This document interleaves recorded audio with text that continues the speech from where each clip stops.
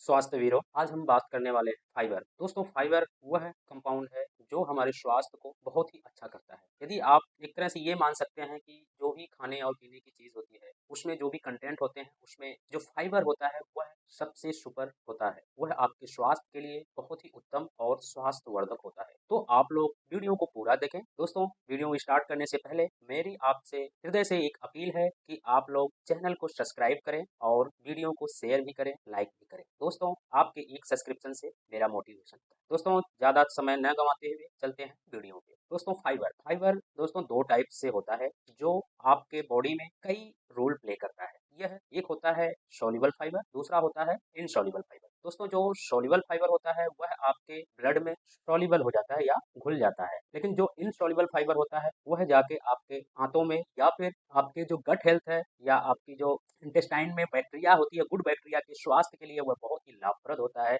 और good bacteria के लिए वह प्रीबायोटिक फूड होता है। दोस्तों जो यह फाइबर होता है इसका हमारे बॉडी पे कई तरह से स्वास्थ्य में इम्प्रूव करता है। हम उसको एक एक करके समझते हैं। दोस्तों यह हमारे मेटाबॉलिक सिस्टम में बहुत बड़ा रोल प्ले करता है। हाँ दोस्तों, जो फाइबर होता है, फाइबर जो इनसॉल्युबल होता है वह हमारे बॉडी में डाइजेस्ट नहीं होता है। लेकिन दोस्तों वह डाइजेस्ट तो नहीं होता है, लेकिन आपके बॉडी में वह बहुत बड़ा रोल प्ले करता है डाइजेशन के दौरान या मेटाबॉलिज्म में उपापचय जो प्रोसेस होता है खाना पचाने की, उसमें यह बहुत बड़ा रोल प्ले करता है।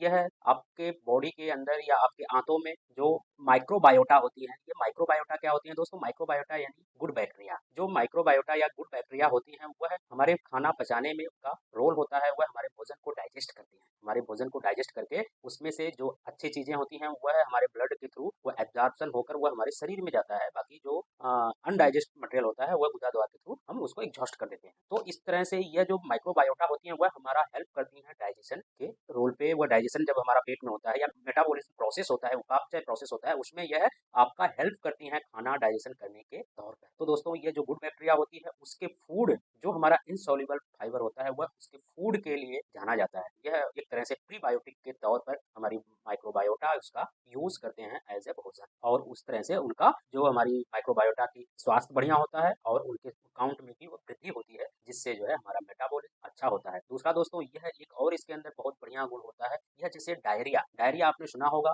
जो एक्सेस अमाउंट ऑफ वाटर या इन्फेक्शन की वजह से होता है। इसमें दोस्तों आपके जो इनसॉल्युबल फाइबर होता है वह इनसॉल्युबल फाइबर आपके जो भोजन होता है उस भोजन में जो एक्सेस पानी होता है उस एक्सेस पानी एब्जॉर्ब करता है। उस एब्जॉर्प्शन से जो है आपका डायरिया जैसी बीमारी को भी वह रोकता है। वह एब्जॉर्ब करता है जो एक्सेस अमाउंट ऑफ वाटर को, तो इस तरह से यह डायरिया को भी रोकता है। दूसरा दोस्तों यह आपके वेट लॉस में भी बहुत इंपॉर्टेंट रोल प्ले करता है, क्योंकि weight loss is the major problem of human being in present time. हाँ दोस्तों यह बहुत बड़ी प्रॉब्लम हो गई है हम आम इंसानों के लिए, और एक तरह से पूरे ह्यूमन बीइंग के लिए ये बहुत बड़ी प्रॉब्लम है। वेट वेट वेट वेट का जो प्रॉब्लम है, गलत खान पान गलत रहन सहन की वजह से जो वेट गेन होता है, ये सबसे मेजर और बड़ी प्रॉब्लम है हमारी। तो ये यदि हम फाइबर रहित भोजन करते हैं तो उससे हमारा ये भी प्रॉब्लम दूर हो सकती है यदि हम रेगुलर वे में करते हैं। यह हमारे वेट लॉस में किस तरह से मदद करता है? हाँ दोस्तों, यह जो हमारा फाइबर है एक तो अनडाइजेस्ट होता है, यानी वह डाइजेस्ट नहीं होता है। दूसरा दोस्तों वह है आपके पेट में जो एक तरह से फिल भरा भरा रहता है और लो कैलोरी होता है। जैसे आपने खा लिया जो भी फाइबर युक्त भोजन, तो उसको खाने से आपको जो भूख होती है वह भूख नहीं लगती है और वह आपका पेट काफी समय तक भरा भरा रहता है, क्योंकि जो यह हमारा फाइबर होता है वह दो टाइप से होता है, इनसॉल्युबल और सॉल्युबल। यदि उसमें जो सॉल्युबल पार्ट है वो तो आपके ब्लड स्ट्रीम में घुल के जाके अपना काम करेगा, लेकिन जो इनसॉल्युबल पार्ट है वह जल्दी डाइजेस्ट नहीं होता है, वो तो जाके आंतों में जाएगा, फिर प्रीबायोटिक के तौर पे आपकी जो गुड बैक्टीरिया है उसको खाएंगी। लेकिन यह प्रोसेस काफी टाइम में होता है दोस्तों, वह आंतों तक जाने में उसको काफी समय लगता है। तो इस दौरान आपको भूख जो लगती है वो स्लो हो जाती है। लेकिन दोस्तों आप, और सबसे अच्छी बात है कि इसमें कैलोरीज जो कैलोरी होती है वह कैलोरी कम अमाउंट में होती है, कम अमाउंट में कैलोरी होती है। फाइबर में आपका भूख तो नहीं लगती है, लेकिन आपके बॉडी को तो कैलोरी चाहिए, वो कैलोरी चाहिए। तो उसके लिए दोस्तों जो हमारे बॉडी में स्टोर्ड कैलोरी होती है, उस स्टोर्ड कैलोरी को हमारे शरीर जो है उसका यूज करता है।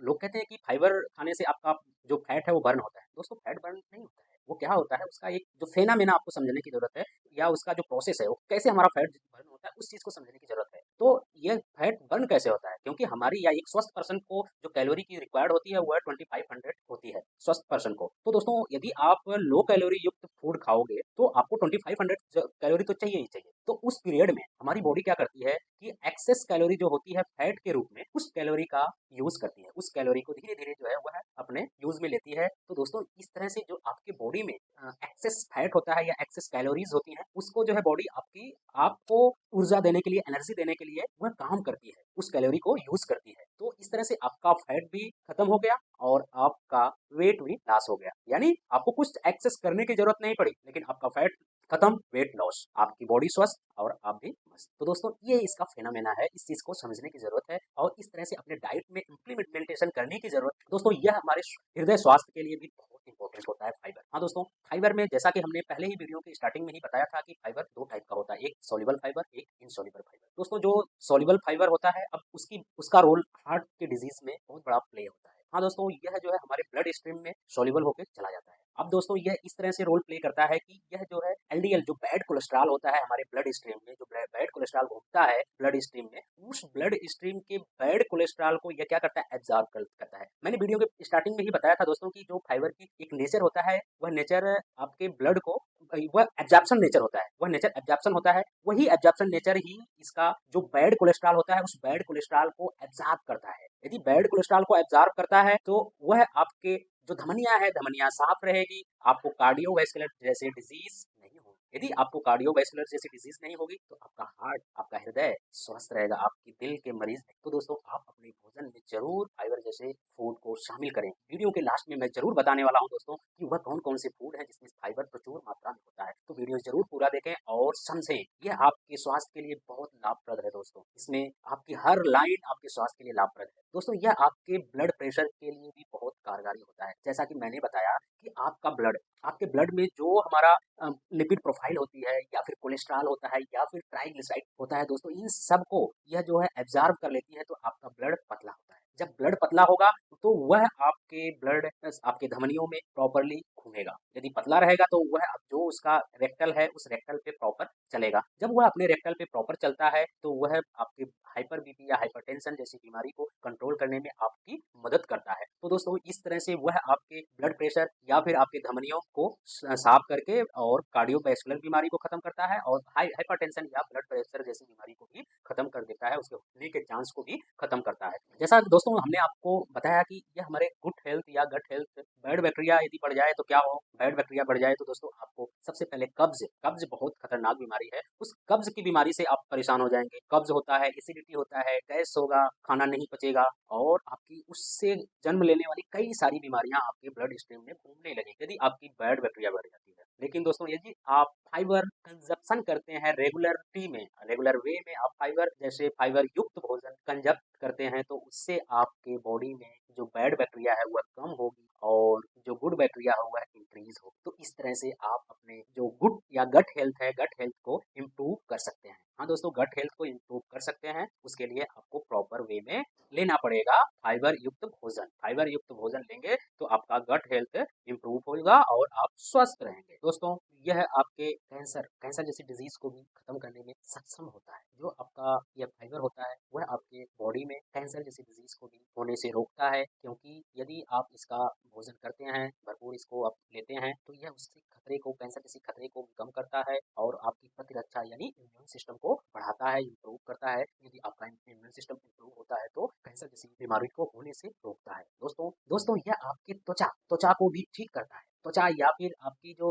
स्किन है, स्किन को सही करने में मदद करता है, उसमें झुर्रियां होती हैं उनको हटाने में भी मदद करता है और डेड सेल को खत्म करने में मदद करता है। यदि आप इसका कंजप्शन करते हैं रेगुलर वे में, भोजन में शामिल करें फाइबर युक्त भोजन। दूसरा दोस्तों, यह आपके जो दीर्घ आयु बनाता है, आपको आपके जीवन या आपको जो है दीर्घ आयु बनाता है। That means in the sense कि आपकी उम्र बढ़ जाती है दोस्तों। जो यदि सीधी सीधी बात है दोस्तों, यदि आप फाइबर युक्त भोजन खाते हैं तो एक तो आप बीमार कम होंगे, आपको बीमारी कम आएगी, ठीक है। यदि आप बीमार नहीं हुए और बीमारी नहीं आएगी तो आपकी बॉडी लॉन्ग चलेगी ना। जब लॉन्ग आपकी बॉडी चलती है तो आप दीर्घ आयु होते हैं दोस्तों। कोई भी इंसिडेंट हो गया वो बात अलग है, लेकिन आप दीर्घ आयु हो सकते हैं। और अब वो दीर्घ आयु कब होते हैं, जब आप अपने भोजन में और अपने खान पान में कुछ फाइबर युक्त भोजन शामिल करते हैं, जो साइंटिफिक और रिसर्च भी यही कहती है दोस्तों। मैं ये जो तथ्य आपके साथ में शेयर कर रहा हूँ, रिसर्च और बहुत बहुत सारे आर्टिकल पढ़ने के बाद मैं आपके साथ में शेयर कर रहा हूँ। आप फैक्ट चेक भी कर सकते हैं नेट पे जाकर। दोस्तों अब बात आ गई वह फूड की जो हमें खाना है, कौन कौन से फूड लेना चाहिए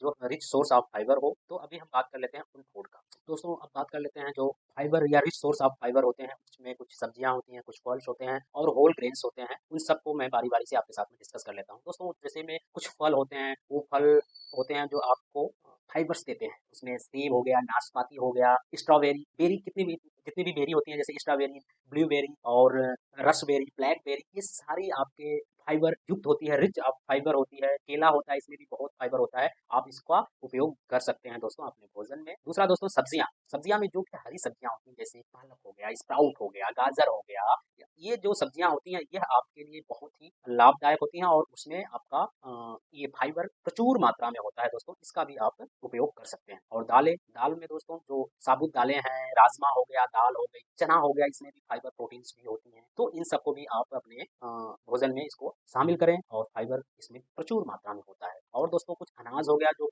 अनाज दोस्तों जो लेने की बात हो गई कि आपको साबुत अनाज यानी पूरा खड़ा अनाज लेते हैं तो उससे आपको फायदा मिलता है, उसके अंदर पूरी तरह से फाइबर होता है।